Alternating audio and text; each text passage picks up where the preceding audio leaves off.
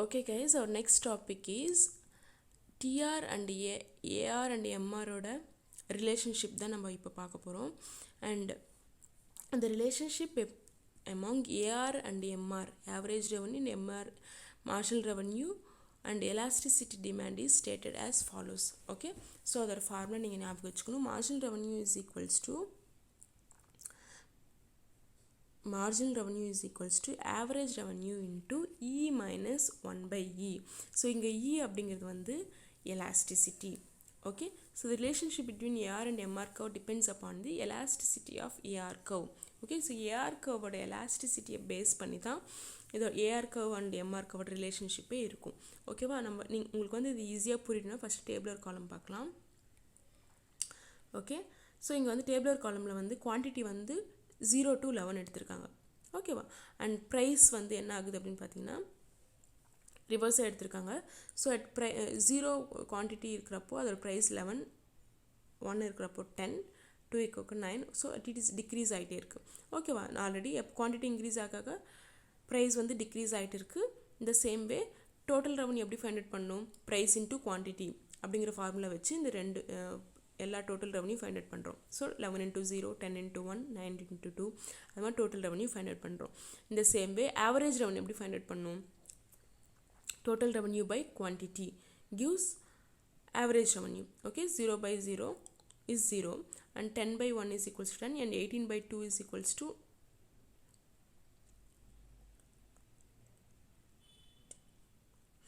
yes, 18 by 2 is equals to 9 and 24 by 3 is equal gives 8. Okay, so நீங்கள் formula மட்டும் ஞாபகம் வச்சுக்கிட்டிங்கன்னா போதும். அண்ட் மார்ஜினல் ரெவன்யூ எப்படி ஃபைண்ட் அவுட் பண்ணணும்? இந்த சேம் ஃபஸ்ட்டு அதோட வேல்யூ வந்து 0வாக இருக்கும் அண்ட் கான்சிக்யூட்டிவ் நம்பர்ஸ் வந்து சப்ராக்ட் பண்ணிங்கன்னா you will get the marginal revenue. Okay,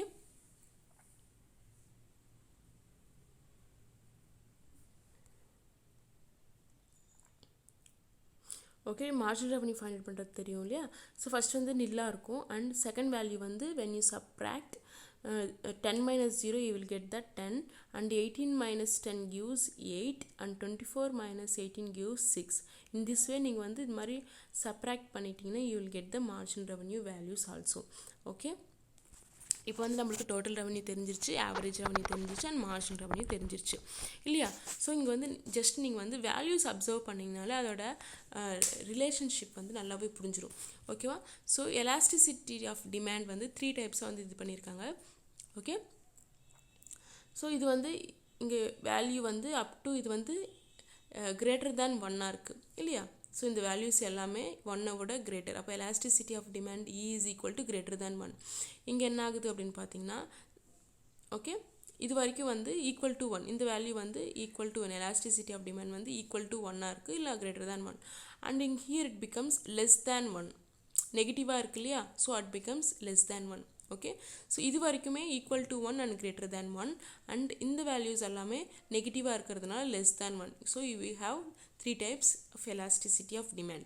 okay, இந்த 3 சிச்சுவேஷனில் AR அண்ட் MRோட சிச்சுவேஷன் என்ன, அதோட வேல்யூஸ் பார்த்தீங்கன்னா when price elasticity of demand is greater than 1. So when E is greater than 1 இருக்கிறப்போ MR is negative.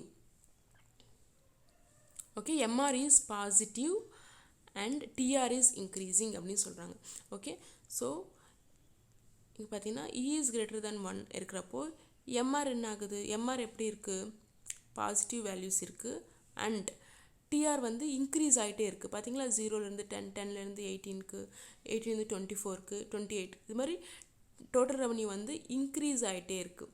Okay, so when elasticity of demand is greater than 1, MR value is positive and TR value is increasing.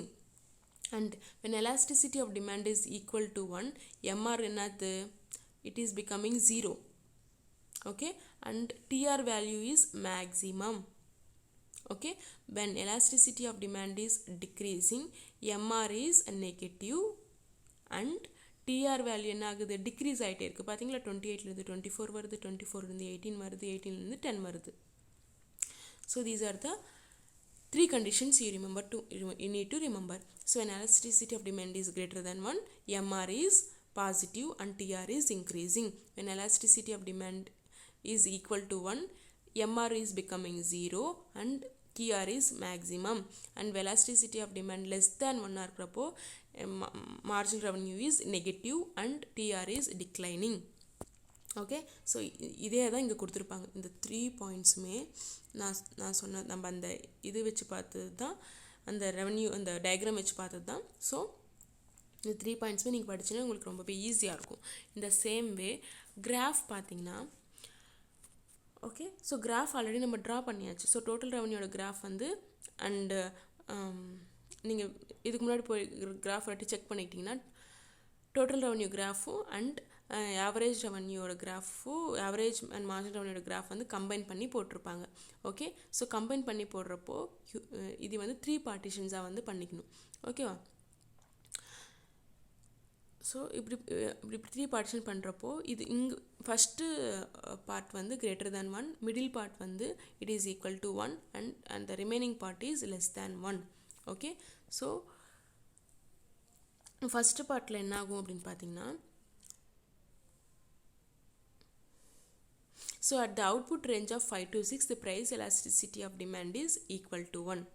Okay, so 5 to 6 வந்து equal to 1, 5 to 6 range வந்து it is equal to 1, and then